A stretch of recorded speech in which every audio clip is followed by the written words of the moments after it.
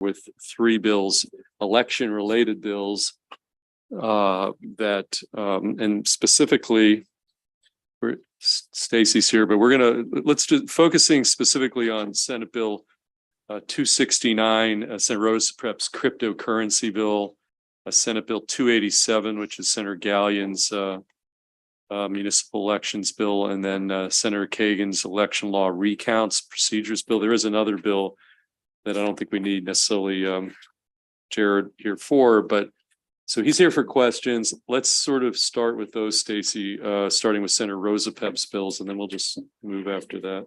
Okay, starting with Senate Bill 269, cryptocurrency, campaign finance prohibitions, disclosures by financial institutions.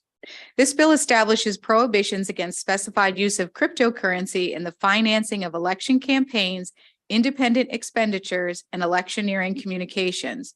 The bill authorizes the state administrator of elections to investigate potential violations and authorizes the state board of elections to impose civil penalties for violations or make referrals to the state prosecutor to investigate potential criminal violations. The bill also allows for the comptroller to request information and assistance from a virtual currency money transmitter in enforcing state tax laws, and to direct a virtual currency money transmitter to seize, attach, and forward to the comptroller property of an account holder that is subject to a tax lien. There are no amendments. Okay, any discussion about this bill? Senator Watson. This bill does not prohibit someone who has a crypto account pulling money out to finance their own campaign, correct? So, first, thank you, Chair, for allowing me to come here early. If it's a personal crypto account, right, they would have to then convert it into and give it to the campaign as probably U.S. currency. So they couldn't spend all their crypto money because it would be through, this would basically prohibit that activity. So right now, I can loan myself unlimited amounts of money for my own campaign. I can use my credit card to pay for items, say direct mail pieces, out of my personal account, and then log that in my campaign account as a loan to myself. Correct. I cannot take a credit card associated with a crypto account and do the exact same thing. In effect, the crypto account is like a bank account. I can't do that. So I would say, based upon this reading, and the intent of it would be to prohibit that activity. So that it would be that the personal account of the individual, if they were running, would be to make sure that it was tied to at least a U.S. bank account rather than a cryptocurrency account. But to withdraw crypto, it has to be tied to a bank account anyway. Well, to withdraw crypto, you can put that on an exchange. I mean, like, Coinbase is not a bank account. I mean, no. Eventually the money would go into a bank account, but you can keep it in an exchange, right? So you can, I mean, at one point, cryptocurrency is basically almost like a stock, and it's fluctuations constantly. So if you have, X amount of Bitcoins or Ethereum coins, you would be able to, there's a valuation to it. At that point there, if you wanted to finance or purchase something with it, you would have to basically sell that on the market, convert that into currency, and then you can purchase the items for the committee. But you do know there are credit cards directly associated with a crypto account, whereby once you swipe it, it takes the amount of crypto, whatever you want to call it, stock or value, whatever, and it makes that deduction off of your account by using a card. Right, but that's not, I guess, those accounts are not based upon a financial institution, right? They're from, like, it's not issued by Bank of America or anything. No, crypto issued by crypto.com. Right, it's crypto. So, so at one point, one of the other parts of that is not a part of this law is that, campaign accounts have to be with a financial institution.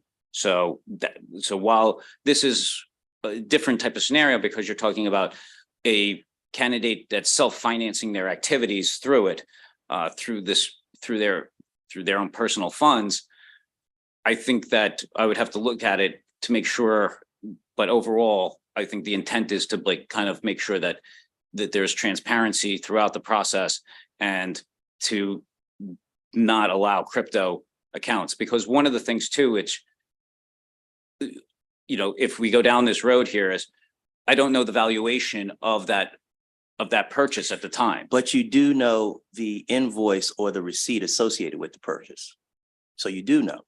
But at the same time, there's what, 1,000 different types of cryptocurrencies. 1,000 different types of crypto, each one fluctuates Right. with the market, right? But at the moment I make a transaction, say to purchase direct mail pieces, there is an invoice generated from that vendor. You know exactly what was spent. It doesn't matter where the money comes from. You know exactly what was spent, right? Well, I know the valuation then, right? Because if I'm doing this through crypto, I don't know if it's basically saying, all right, let's just say it was like 2 Doge coins, right? Yeah. That's what the said there. I can look at that. It would have to be something where, well, I don't know what does that mean for US, if it was an in-kind contribution, or what does that mean if I purchased it as a candidate to say that I lent my campaign that much money? I see what you're saying. So I'm making a very distinct, I understand you now. You're saying I cannot use pure crypto to finance a campaign. Right. And I'm saying I can use, I'm asking, can I take what's in my crypto account and spend that down for campaign expenditures? I think it's allowable. It's like a bank. I'm pulling money out of this account, no matter how much it fluctuates, no matter what it's based on, crypto, E-Trade, what other kind of stock. But I understand what you're saying. I can't say, here's 2 Doge coins, spend it on whatever you want. And you know, how would you document that? I get that. Okay. I think that's the real intent. But I would like you to take a look at, you know, my scenario, because there are many people who have crypto accounts. And, you know, yes, it has huge fluctuations, but the ability to take that credit card associated with that account or pull funds from that account into your own bank and do what you want to do, I don't think should be limited. So that's like only for like a personal self-financing their own elections. That's rather all than, I'm talking about. Right. Okay. Yeah. Yeah. Okay. Come on, we'll go around the horn here. Were there others? Oh, Yes, Brooks. Okay, Yeah, well, Brooks I and think others. Hester and then Brooks and then back to the vice chair. Okay, Senator Hester. If we're getting some additional information on this bill, I would be curious as to how you handle other currencies. So like if I have a whole bunch of, you know, Rand for South Africa, I mean, can I do the same thing that Senator Watson just said with South African Rand? So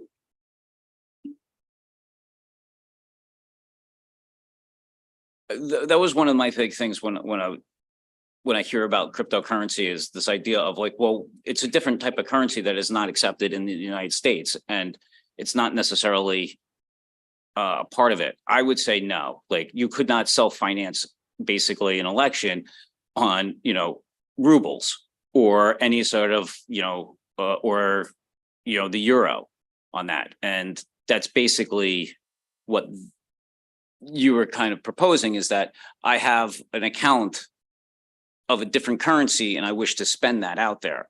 Now, we do have one prohibition that's already that you can't purchase campaign materials using any currency but US currency, and that's explicit already in the statutes. So this is kind of a part of the prohibition on activities. We also have like other activities like limiting cash purchases and moving forward, which is why I think that overall it kind of has this prohibition that you cannot, it's implicit at least, that it has to be US currency and US currency only. Okay, Senator Brooks. Thanks, Chair. Jared, simply stated, so what you're saying is it should be cash as opposed to cash equivalent? Would that be a good way to describe it? Well, this would just, Converted, just, no, just that it should be US currency and that even though that there are other avenues for investments here or transactions, that it should just be US currency. Like I couldn't give you or trade and say, I'm going to give you $6,000 worth of IBM stock or some sort of stock to your account because there would be fluctuations. The next day it could be, it could rise, it can drop, and then it could go over the limit. I could go under the limit. It has to, there has to be some sort of certainty to it. So you gotta convert it back to cash. Right, yeah. So that'd be cash. Right, yeah. We go to Vice Chair Kagan and then back to Senator. Thank you, Mr. Chair. I was looking, I had some of the similar questions that Senator Watson started with. And I'm in reading the testimony from Common Cause and League of Women Voters who talk about basically transparency. So it's not so much the source, but it's the source of the source. An organization with a particular focus on, as an organization with particular focus on transparency and disclosure, the difficulty with tracing cryptocurrency donations, and I would say expenditures, but raises serious questions about its potential use to hide illegal campaign contributions from foreign sources. And it goes on, unprecedented amounts of money coming from anonymous sources flooding into elections around the country, blah, blah. So for me, I think that addressed my initial instincts of having a similar Senator Watson question. So thank you, Mr. Chair. Okay, Senator Hester. And by the way, Jared, back on this tracing, I mean, foreign contributions are not permitted. We can't take a contribution from, so this issue of tracking and tracing, I thought is sort of the genesis Right, of yes, the whole yeah. point of this is tracking crypto is virtually impossible. But Senator Hester? I guess, I mean, I really appreciated your comments earlier about the other currencies. And so there's going to be other currencies. I mean, it's crypto this year, it could be something else in 2 years. And we've already talked about different things. Like, why don't we just say that everything has to happen in US dollars? Well, also, how many states, I recall Senator Rosapep, how many states have already passed? Just out of curiosity. I mean, it's obviously some trend here. Three states ban it outright, and then there's 5 to 7 other states that allow it explicitly, and California just overturned their ban. Okay. Okay, well, that, throws another wrinkle into it. They overturned it on, you mean a court overturned it or the No. legislature? Their commission that regulates campaigns made the decision. To reverse an act of the legislature? Correct. Or- I didn't know that does our Board of Election have that kind of authority to No, overturn what we they do not. Okay, okay, I don't know if I like that. Okay, well, back to discussion. I mean, that throws a whole, Senator Augustine. Just be curious to understand the rationale, then I mean, I just think it's worthwhile for us to know what the rationale. I thought, to be candid with you, I thought there were more states that had jumped on this. When you tell me, this may be a little bit more nuanced and complicated than I envisioned. It is. The federal government does allow it for federal campaigns. Does? Yes. Yeah, Okay. they recently started to allow that, but it's. Didn't hear you, Jared. As an yes, in-kind, as under the in-kind Right. contribution provision. How about this? Because I'll be honest with you, I thought this was going to be sort of a no-brainer, but this is such a smart committee that we Right. go right to the good question. Let's hold this one and get a little more information Sure. about California's rationale on this. Okay, with that, let's go to the next bill, which is Senator Gallion. Hopefully will be a little less complicated. Senate Bill 287, Stacey. Senate Bill 287, State Board of Elections, Municipal Elections, Publication of Results on Website.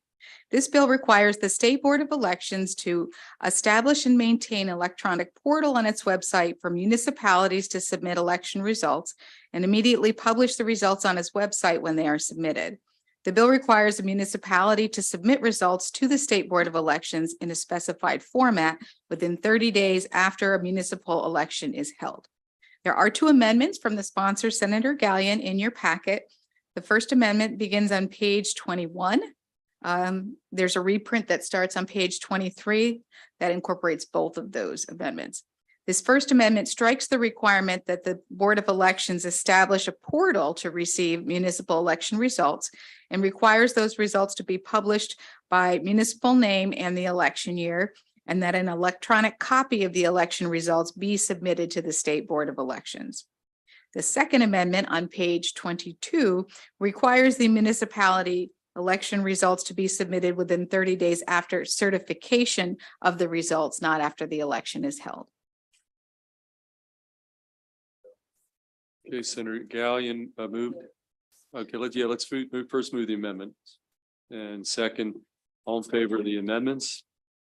Aye. Okay.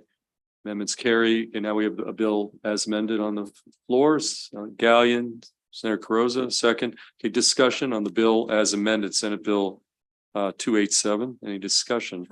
Yes, Senator Kagan. Sorry, thank you. Senator Gallion, I like this bill. I just wonder, one of the things that came up in the hearing, and I don't for the life of me remember who or what if a municipality sends inaccurate information? SB's website should have the reputation and the reality of being really accurate. Was that you? It was brilliant. As I said, it was a brilliant question by Senator Well, Augustine. I was, and Senator Gallion and his staff and working with Jared, they feel like they can actually validate that information. They got back to me about that. So I was real comfortable at that point, like, because they know who the people are and they're willing to do that validation. So it's vouching, validating. So we Correct. don't need a disclaimer that says, to the best of our knowledge, this is from the good folks in the city or town of X. Oh, and we currently do that now with campaign finance reports from municipalities, and we get them from candidates with all sorts of different addresses and everything else. And so it's basically, if there's questions or anything like that, if a candidate calls up and says, hey, I really won, then, we would call up and make sure and work that out. But yes. Any further discussion on Senate Bill 287? Okay, seeing none, we got a motion and a second favorable as amended. All in favor, raise your hand. All opposed. Okay, that bill carries. Senate Bill 287. We're going now to Senator Kagan, election law recounts procedure, Senate Bill 339. Stacy? Senate Bill 339, Election Law Recounts Procedures. This bill requires a petitioner for a recount to select the method for conducting the recount from among specified methods. The bill also requires a local board of elections to preserve and store certain voter verifiable paper records and count only voter verifiable paper records in a manual recount. There is one amendment in your packet on page 30. This amendment alters the definition of a duplicate ballot to clarify that these are ballots created by a local board so that the ballot may be tabulated by an optical scanner and that it is a copy of the voter's ballot that may include the intent of the voter as determined by the Board of Canvassers if a decision is required to interpret the voter's intent, and for a provisional ballot if it only includes votes for contests for which the voter is eligible to vote. It further clarifies that a local board during a manual recount must count the duplicate ballot after review of the voter verifiable paper record. Senator Kagan, do you want to add any meat to the amendment or to the bill as is? Stacy and Jared did a great job with the amendment. It fixes it, it's tight, and just updates and clarifies our recount laws. Okay, would anybody? Move. Okay, is there a Second. second? Okay, all in favor of the amendment, just the amendment, raise your hand. Okay, the amendment carries. We've now got the bill as amended. Would anybody want to move that bill as amended? Okay, Senator Augustine, Senator Kagan. Okay, any discussion on the bill as amended, Senate Bill 339? Any discussion? Okay, seeing no discussion, all in favor, raise your hand. All opposed, bill carries.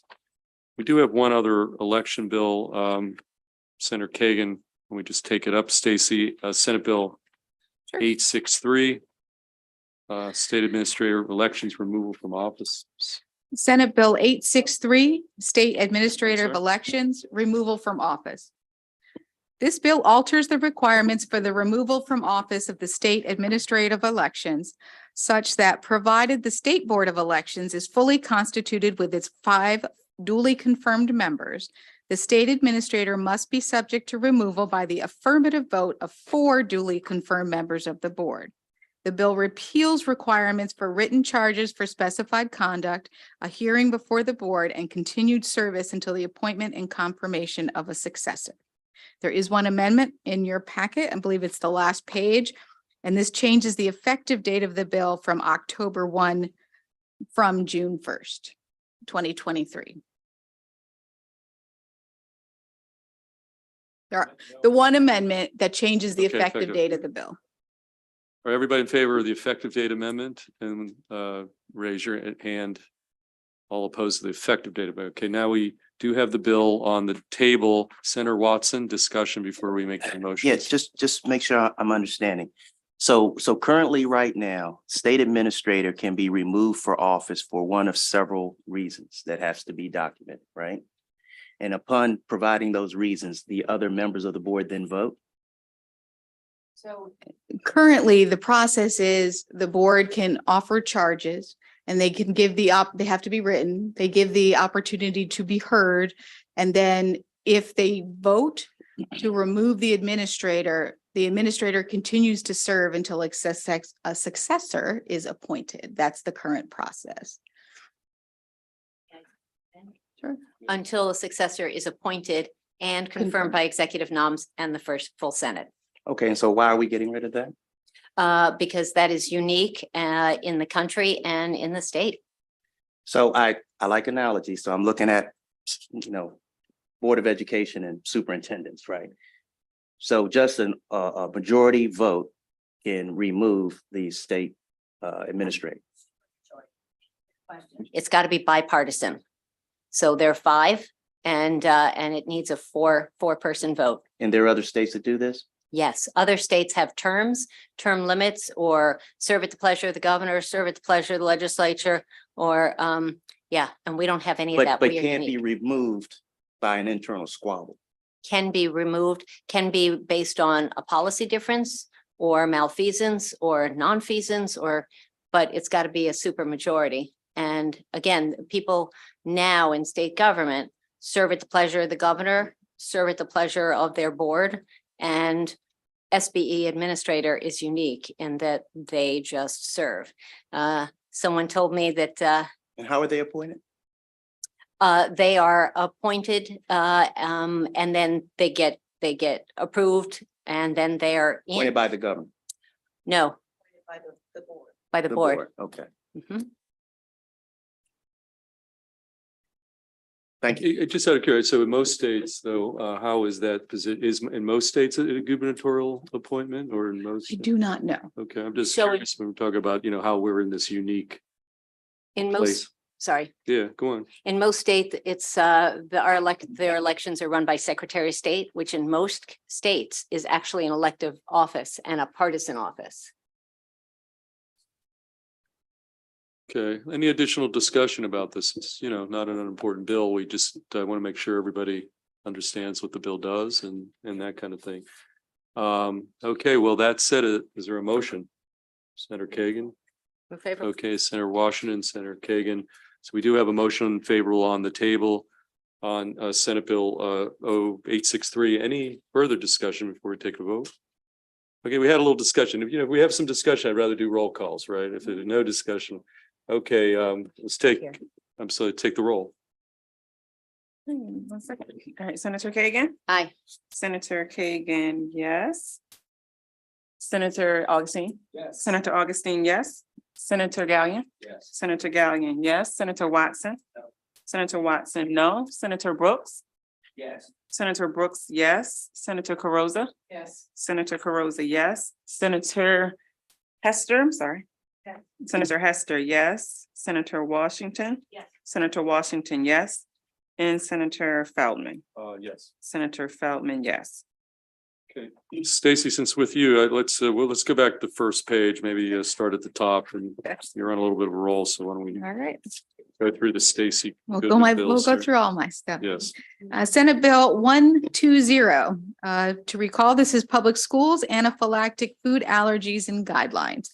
This bill requires each local board of education to adopt and implement guidelines in accordance with the Maryland State School Health Service Guidelines to reduce the risk of exposure to anaphylactic causative agents, specifically major food allergens, in classrooms and common areas.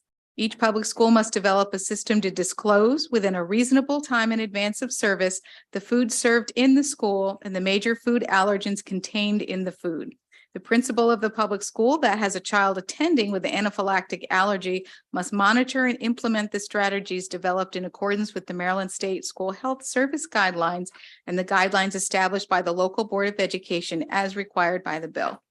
This is from last week. As you recall, Senator Lamb had an amendment that required the county boards to adopt and implement the guidelines before the start of the 2024 school year and honor before August 1st, 2023, required MSDE and the Maryland Department of Health to jointly update the school health service guidelines to reduce the risk of exposure to anaphylactic causative agents in classrooms and common areas, and further encourages county boards to make a good faith effort to adopt and implement the updated guidelines before the start of the 23 school year instead of as required on the 2024 school year.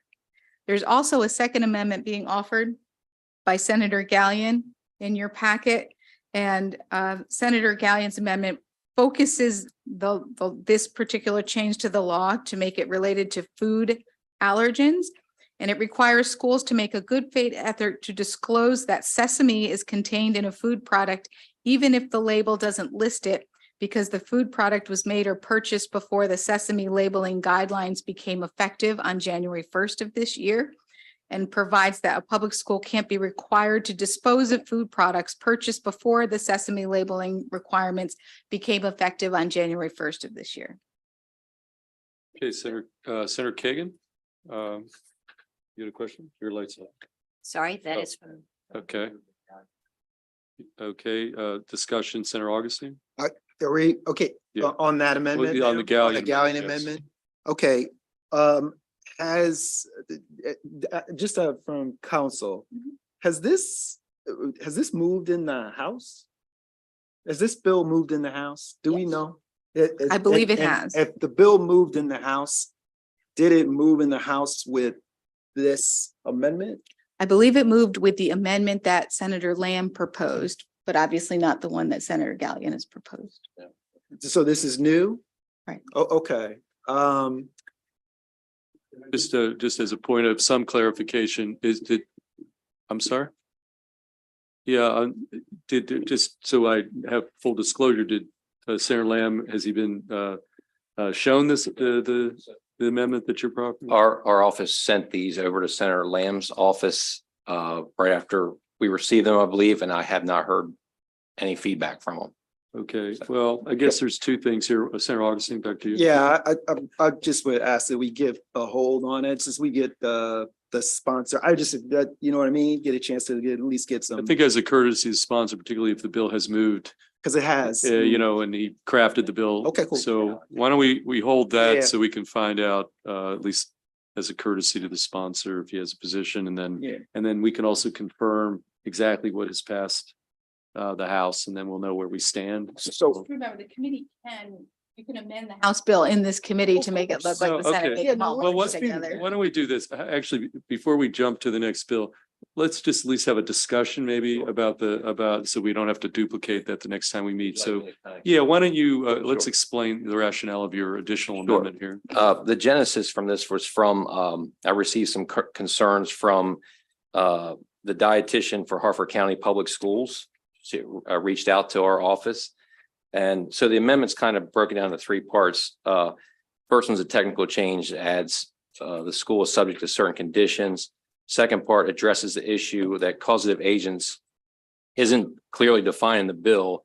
And rather than having a broad scope, this substitutes causative agents with major food allergens, which is defined in the bill. And the third part adds language to help schools comply with the recent FDA ruling that sesame must be listed on food labels. It's possible some foods may be in the school that contain sesame, but aren't aware because it isn't listed yet.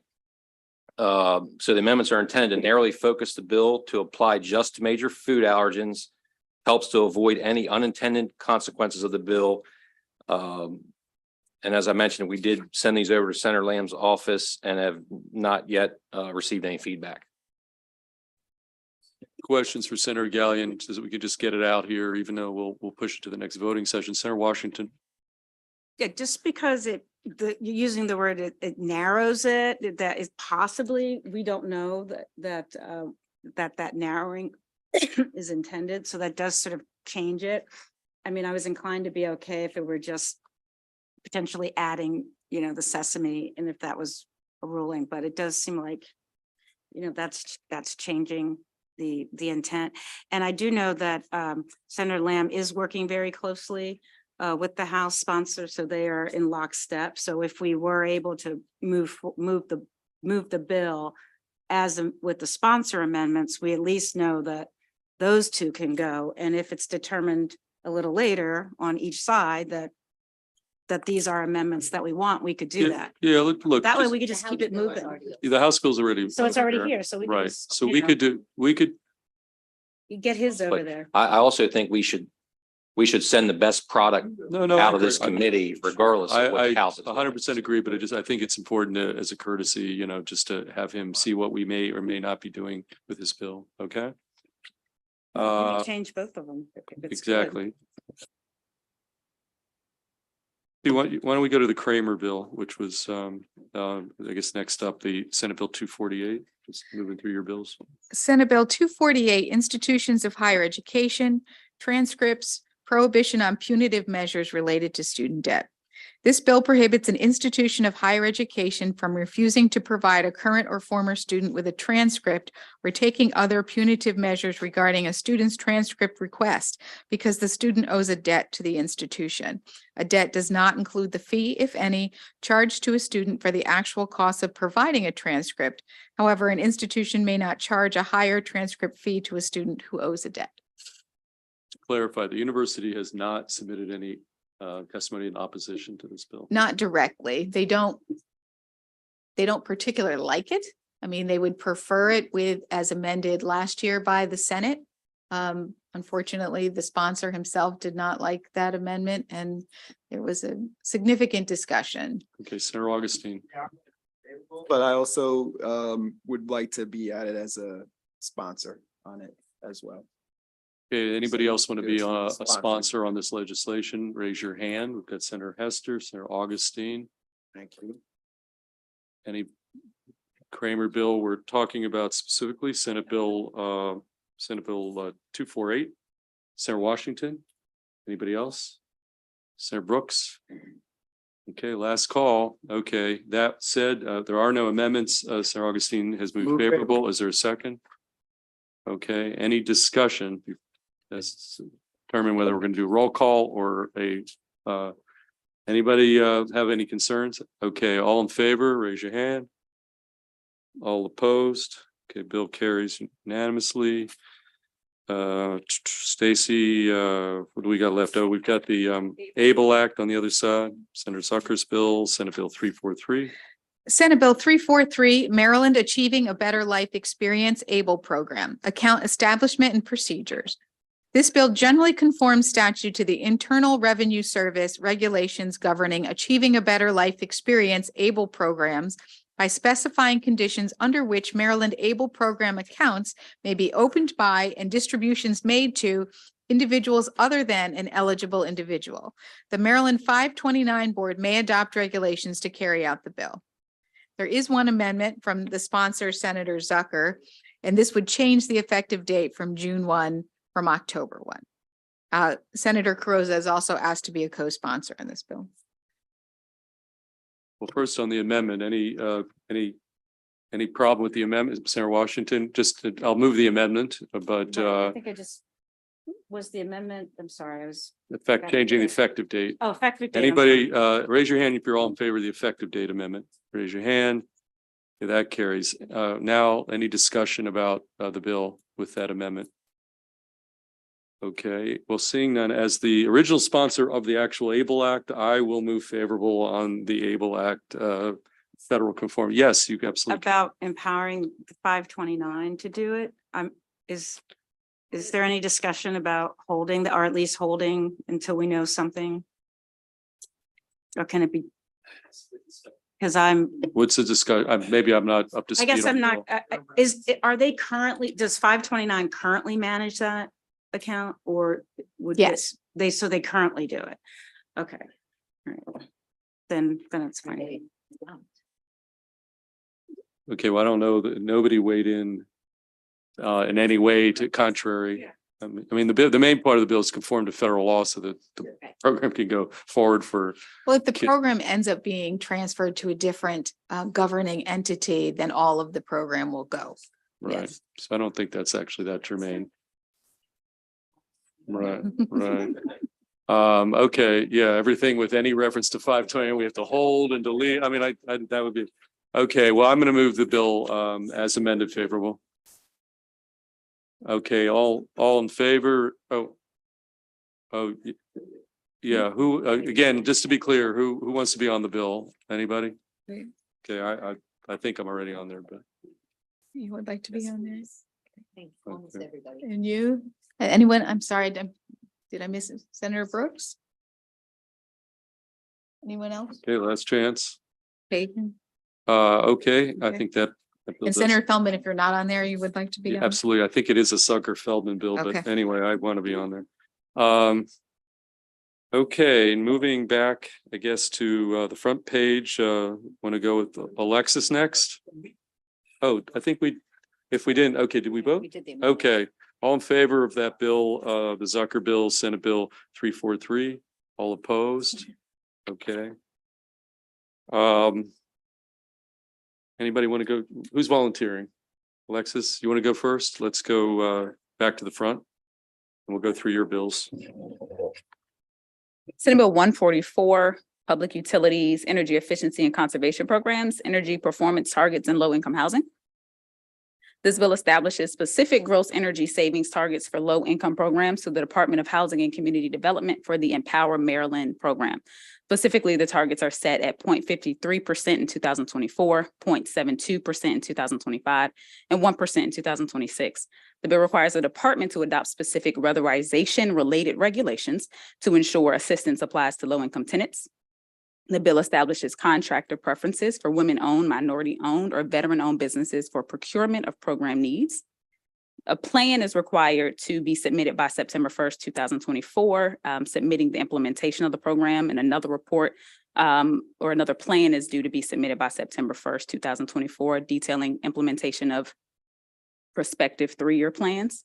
The bill establishes the Green and Healthy Task Force as a 3-year task force, which in part is tasked with developing policy recommendations to remove barriers to energy efficiency and affordable housing.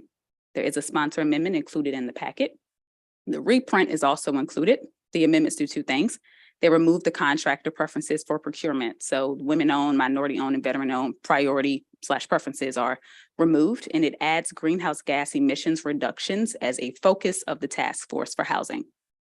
Just on the preferences, the AG said no disparity study. This would be unconstitutional and strongly suggests they take that out of the bill. So that was an AG opinion. I just want to also say that for those of you who were in the Senate last year, this bill did pass 47-0 out of the Senate. So if you were in the Senate, you would have voted for this bill last year. I'm not suggesting you need to do the same. Well, it's essentially the same bill. Yeah. Okay. Okay, any discussion of the amendments? If not, raise your hand if you support the amendments. Okay, those carry. Any motion on the table on the bill as amended? Okay, Senator Augustine, Senator Kagan, any discussion on Senate Bill 144 with the amendments? Okay, seeing none, all in favor, raise your hand. All opposed? Okay, Senate Bill 144 carries. Let's go next to Senator Waldstreicher's bill, Senate Bill 157. Senate Bill 157, Municipalities Charter Amendments Notice. This bill alters the notice requirements in municipalities across the state for charter amendments initiated both by a legislative body and by voters. Specifically, the bill authorizes a municipality to publish a fair summary in a newspaper of general circulation at least once, and to either hand deliver the summary to every resident or include the summary in a printed newsletter. This is distinct from the requirement under current law to publish the summary at least 4 times. There are amendments by Senator Augustine, which require notice to be posted at the main municipal building for 40 days instead of 4 weeks, specifically for voter-led charter amendments. Okay, Senator, Amendment. yeah, Senator Augustine, yeah. Question Wanted to about the know amendment. if this was ran past the bill sponsor, the Augustine amendments. Yes, I'm sorry. Yes. You want to be consistent. So here, yeah, no, that's it, I was tasked by the bill sponsor to help with this and to do whatever was necessary, including this, which it aligns all of the time to be consistent so that everybody's at 40 days. And that was the reason for the amendment. I would say just, for the greater good of the committee, so maybe just, I think as a general rule, if we're gonna, throw an amendment on, it probably is a courtesy. We don't have to care that much what the sponsor in another committee does, but it'd be nice to know if they've at least, it's been shared and they just don't agree with it, or they do agree, just I think as a courtesy to our colleagues. But that said, Senator Augustine, would you like to move that amendment? Okay. Senator Kagan, I think seconded.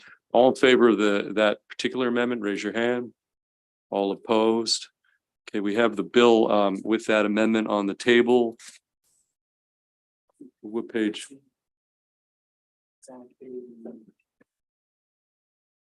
A very small one. Page 20.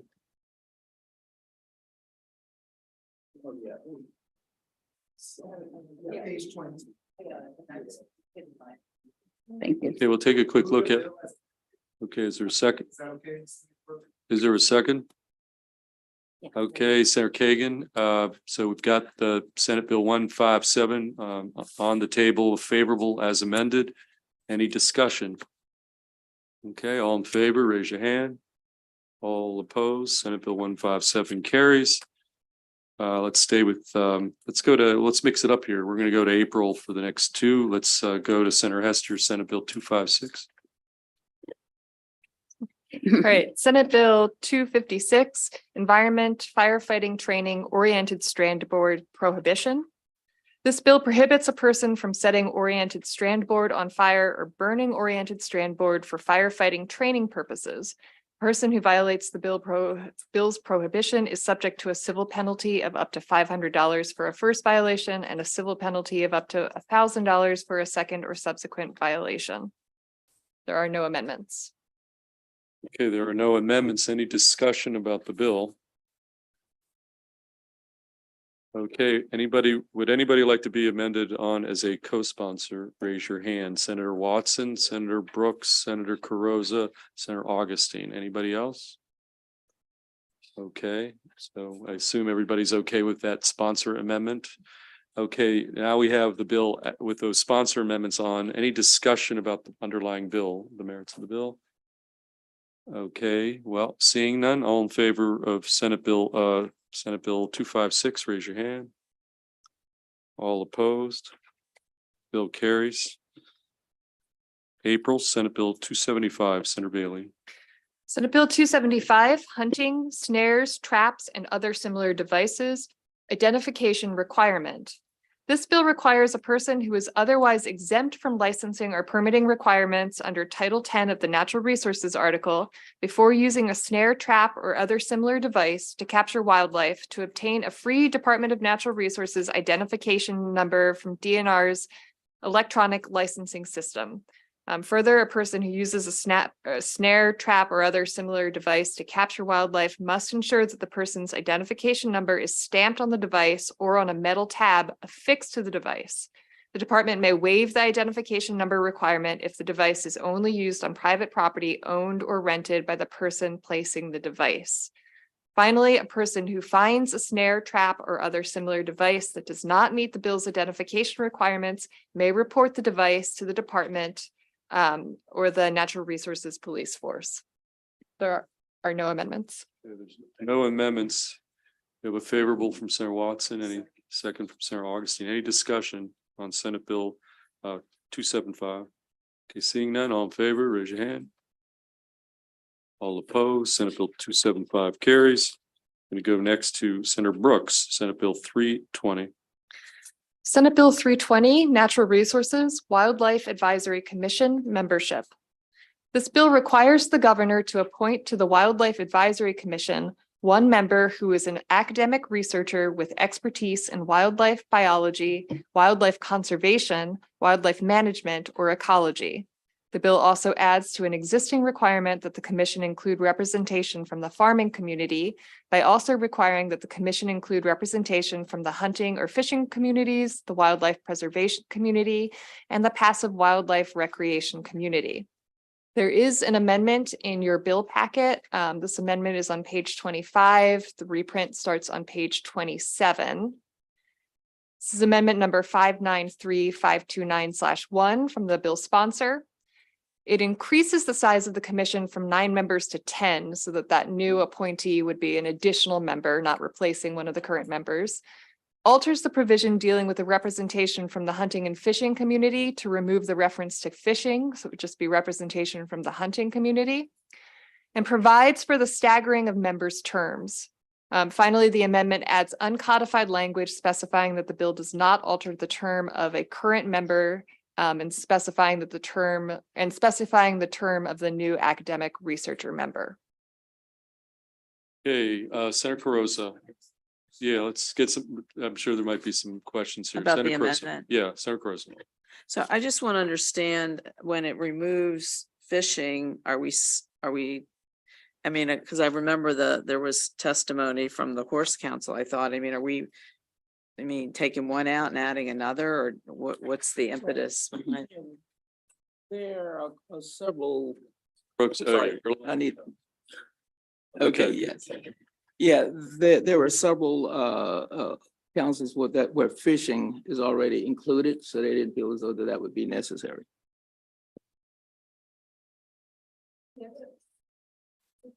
By a little bit, this group, this particular commission it's different from we have a number of fishing specific commissions. This one is really about wildlife that is hunted. Is sort of the focus of this commission generally. So that would be my understanding. And again, the striking that was language that had been added in the original bill. It's just being struck from that addition. So it's not fishing- somebody who's currently. So fishing wasn't included, then it was included, now we're taking it out, just process wise? Yes, so the original bill added something specifying that you would have to have somebody representing the hunting and fishing community.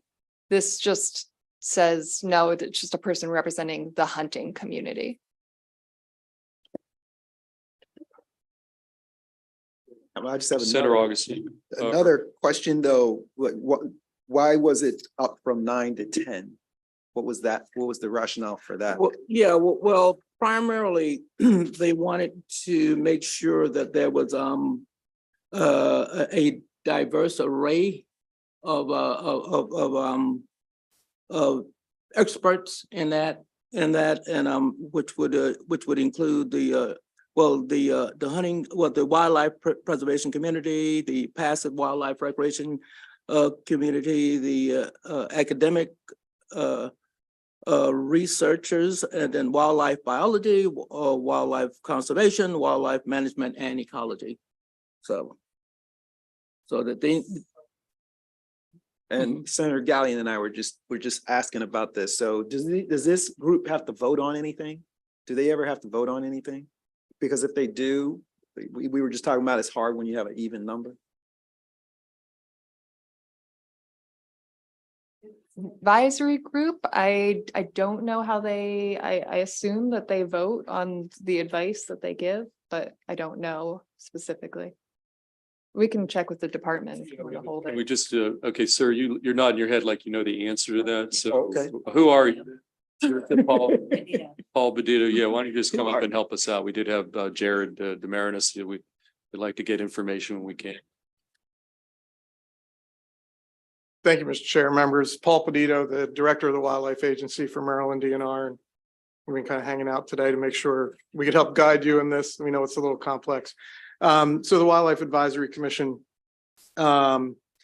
is only charged to deal with wildlife related issues. So Senator Crozit's it's never intended to overlap with the sport fish or tidal fish related to the fishing questions. They never talk about fishing. Okay, so that you're saying it shouldn't have been in there to begin. It shouldn't have been in there. Yep. The 10 members was actually a request of the current chair because they prefer not to vote, as you know, the chair wants to run the meetings and allow the body to sort of handle the business of the meeting. So frankly, it's always been a little bit awkward to have 9 because then the chair is forced to vote, and the chair often doesn't engage in the sort of substantive conversations, more in charge of running the meetings. Okay, that's helpful. Thank you. Any additional questions for our guest here on this bill? Okay, Senator Brooks, your light's on. Are you good? Okay, well, we got the amendment on the table. Any further discussion about the amendment? Yes, Senator Carrozza. Thank you for being here for these questions. Do appreciate it. So DNR is okay with the amendment, We are. or, okay, Okay, back on the amendment that DN okay with. Anybody want to move favorable on the amendment? Senator Brooke, Senator Augustine, Senator Brooks. All in favor of the amendment, raise your hand. All opposed, amendment carries. Okay, we now do have the amendment and the bill in front of us. Senate Bill 320. Any discussion about the actual bill as amended? Okay, is there a second? Senator Kagan, okay, all in favor of Senate Bill 320 as amended, raise your hand.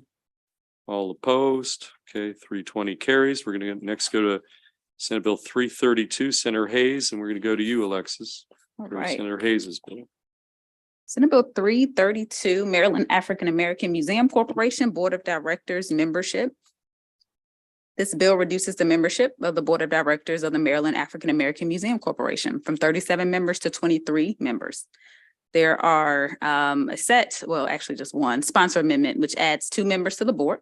One of which is to be appointed by the President of the Senate, and the other is to be appointed by the Speaker of the House. So that would bring the ultimate composition to 25 if amended. Okay, any discussion about the amendment to add those 2? Okay, favorable second. All in favor of the amendment to go to 25, raise your hand. All opposed, that carries. We've got now the bill on the table, 332 as amended. Any discussion? Any motion? Favorable. Okay, Senator Washington, Senator Kagan second. Okay, Senate Bill 332, all in favor as amended, raise your hand. All opposed, 332 carries. Let's go to the back of the page.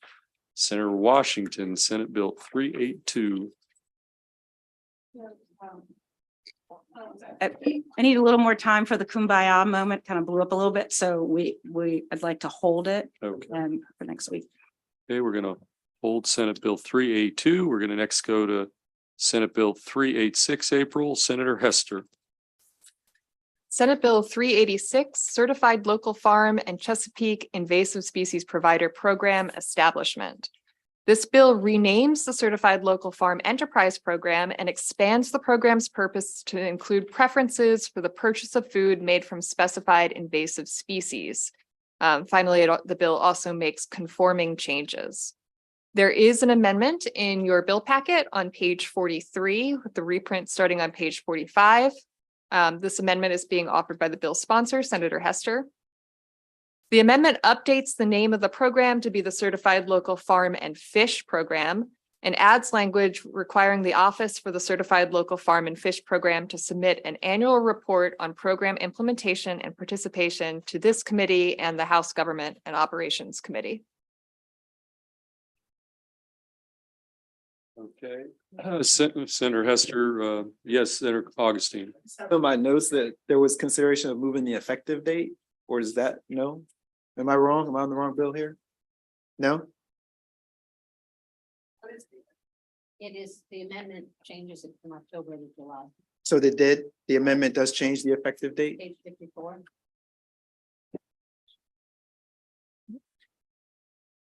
.45 is the page it should be on. 45. Page 45. Oh, I'm in the wrong one. You're doing wrong, Bill. Oh, no, you're right. It might be all the way on page 54. You were correct. Yes, it moves the effective date up to July 1st. Thank you. Okay, good. Yeah. got Okay, it. with that said, anybody want to move that those Yeah. amendments? Move the Okay, Senator amendments. Augustine, Yeah, Senator Kagan, second. Okay, we've got the amendment adopted. Any motion on the underlying bill as amended, Senate Bill 386? Senator Hester, would you like to move favorable? Okay, second. Senator Augustine, any discussion about Senate Bill 386 as amended? All in favor, raise your hand. All opposed, Senate 386 carries. We're going to go to you, April, Senate Bill 407, Senator Reedy. Senate Bill 407. This emergency bill establishes the innovative potable reuse pilot program within the Maryland Department of the Environment. The purpose of the pilot program is to authorize the regulated use of reclaimed water as a source for drinking water treatment facilities. This bill authorizes the department to review, permit, and regulate a process to use reclaimed water as a source for a drinking water treatment facility through a potable reuse permit under certain circumstances. Finally, the bill establishes provisions governing permit applications, the issuance and terms of permits, and grounds for permits denial and revocation. Pilot program terminates June 30th, 2028. There are fairly extensive amendments in your bill packet on pages, or the amendments start on page 55. The reprint starts on page 59. These amendments were discussed at the bill hearing and were sort of in the presentation of the bill. And these are the amendments that were sort of agreed to, but between the Department of the Environment and this town of Westminster, which is the town that is sort of ready to dive in on this pilot program.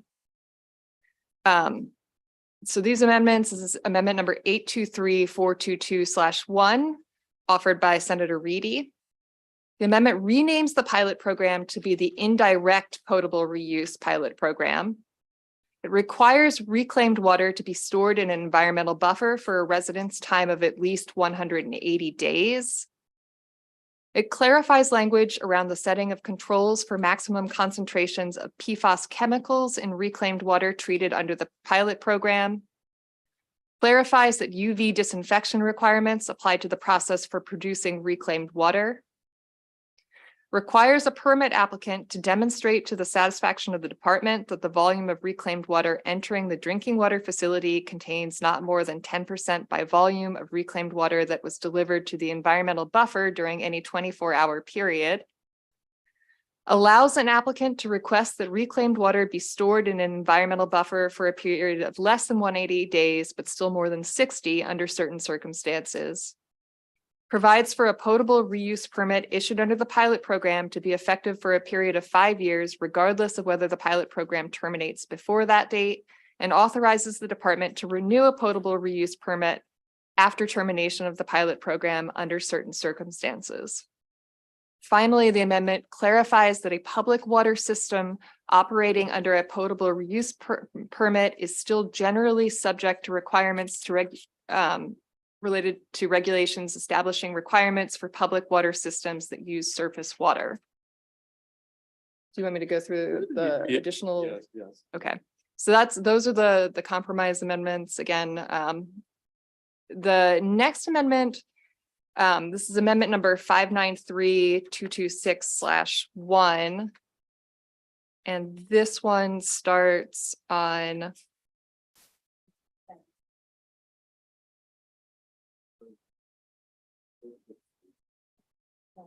Page 67. Thank you. This amendment is also being offered by Senator Reedy. These amendments were by the request of the American Chemistry Council. I will just flag that the Department of the Environment opposes these amendments. These amendments define PFAS to mean per and polyfluoroalkyl substances detected in drinking water in the state. And requires the department to establish maximum concentrations of PFAS chemicals by regulation for purposes of the pilot program. Okay, so what I'm going to suggest is let's separate. We've got two separate amendments. One that was presented at the bill hearing as consensus of amendments, which was described earlier, which is on pages 55 to 58. And then the second that is opposed by the department, which is on page 67. So let's start with the first. Would anybody like to? Yes. Question about. the first Sure, amendment. Do you want to absolutely. move it and then have Yeah, questions? let's, okay, I'll move the first set of amendments, which were consensus amendments. Is there a second, at least to get a discussion of Senator Gallion? Yes, let's talk about the first one and then we can talk about the second one. So, Could I? Yeah. Thank you. Thank you, Mr. Chair. April, I have two questions, and these are truly just, I just am seeking to understand. On page 61, the reclaimed water is stored for it came in as up to 90 days, and now it's more than doubled, at least 180 days. That's on page 61. And then on page 63, reclaimed water be stored in environmental buffer for at least 60 days. And I just wonder, is there a best practice? Is there what difference does that mean environmentally, safety and all that? And then I have one more question. So the 180 days, and again, all of this is coming primarily from the Department of the Environment. The 180 days is what they want the default to be. So the environmental buffer is sort of, kind of like a holding area before it enters the reservoir with the rest of the drinking water is sort of my understanding of it. So that's the baseline. The 60 days is, and this is worded a little weirdly, but the idea there is that an applicant for a permit could request a reduction, but still long of that 180-day minimum down to 60 days or down to some amount between 60 and 180 days that the department could approve if the department determines that the process reliably and consistently meets the requirements of potable reuse permit. The applicant demonstrates to the satisfaction of the department that the lower residence time sufficiently protects public health. So it just gives the department discretion to go lower than that 180 days. Even though it says at least 180 days. Right. It's not drafted the most elegantly, but this is the department's language and that is what they're trying to get at. And the department thinks this does what they want it to do. Yes. Same with the 60, at least 60 days. Yes, that's my understanding. I mean, if we can tighten it if you want to, but I have no expertise in this.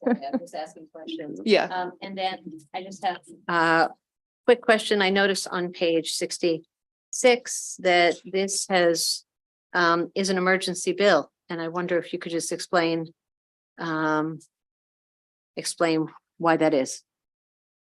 My understanding is it's basically because Westminster, I mean, they have already been sort of doing some preliminary kind of pilot work on this, and they really want to be able to get this permit process started and hit the ground running. Okay.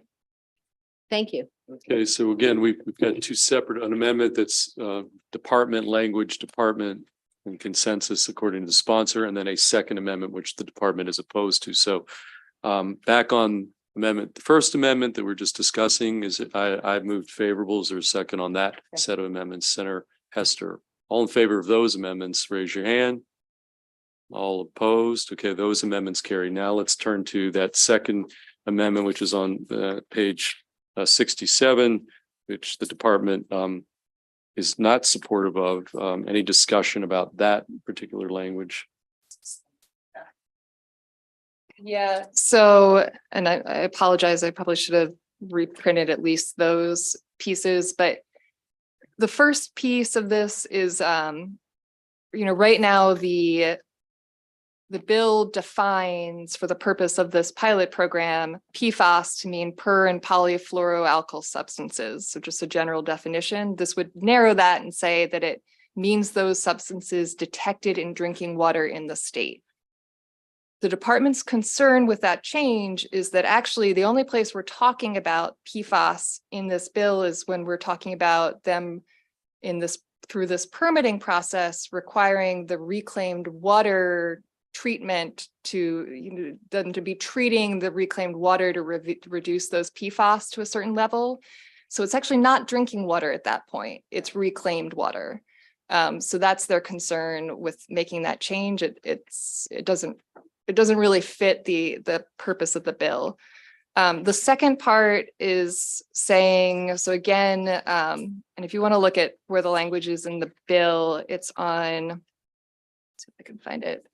It's page 4 of the bill, but if you would look at page 62 of your packet, you'll see halfway down the page, lines 14. So this is, again, talking about these permits, saying that the permit applicant has to demonstrate that they have controls for maximum concentrations of PFAS chemicals established by the department, notwithstanding certain provisions of law, but not to exceed primary drinking water regulations established by the Environmental Protection Agency. So basically what that's doing is it's saying that the department is going to be able to tell the permit holder what level of PFAS is they have to sort of how much PFAS has to be reduced out of this reclaimed water. The department is anticipating, first of all, they're anticipating probably EPA is eventually going to act on this and that they'll just use whatever EPA sets for drinking water. They'll just apply that to this reclaimed water. If that does not happen, the department would like to just be able to write it into the permit rather than adopting regulations that are going to be specific for these very narrow category of permits that are just going to exist for this pilot program. So that's their concern about saying that those levels have to be set by regulation. Yeah, back on these second set amendments, somebody will need to move favorable if they want to do it. I will not be, but okay, we have a motion unfavorable on the table. Any second on the unfavorable? You just don't have to move them. Yeah. Well, you don't have to do it. If nobody moves it, then anybody, well, first, going once, twice, 3 times, anybody moving that second amendment? Okay, seeing none. So the bill on the table now with that first amendment, yes. Just one more, Oh. Senator Hester has requested to be added as a co-sponsor. Okay, so we have a co-sponsor request from Senator Hester. Anybody else want to be on the bill as a co-sponsor? Okay, just Senator Hester. So we have that amendment. All in favor of the sponsor amendment? Aye. All opposed? Okay, now we have that first amendment on the bill, on Senate Bill 407, and motion on the table. Favorable. Second from Senator Kagan. All in favor, raise your hand on the bill as amended. All opposed? Senate Bill 407 carries. Next bill, Senate Bill 443, Senator Brooks. 43, real estate brokers, sales. Wait, before we do that, Senator Ellis has a withdraw. Yes.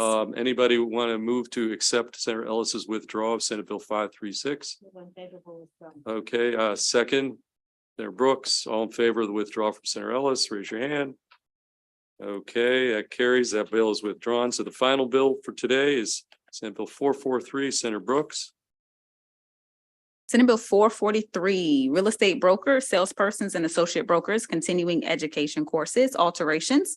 This bill requires initial licensees of real estate brokers, salespersons or associate brokers licenses to complete specified continuing education requirements, including courses on contracts, advertising, and financing. Current codified continuing education requirements would apply to licensing renewals after the first 2-year cycle under the bill. There was no opposition. Okay, Senator Gallion moved favorable. Is there second? Senator Brooks, any discussion on the bill? No amendments. Okay, all in favor of Senate Bill 443, raise your hand. All opposed? And that bill carries, and that concludes our work for today. 3 things I want to throw out. We did move the positioning of the lecterns so Senator Brooks can actually see that final witness. I did promise Senator Watson, he said he had to leave at 6, that we would get out of here before 6. 5 minutes to spare. We're good on that. And we did just jam out 14 bills. So that's getting us into kind of the right mode moving forward. So with that, enjoy the rest of your evening, folks.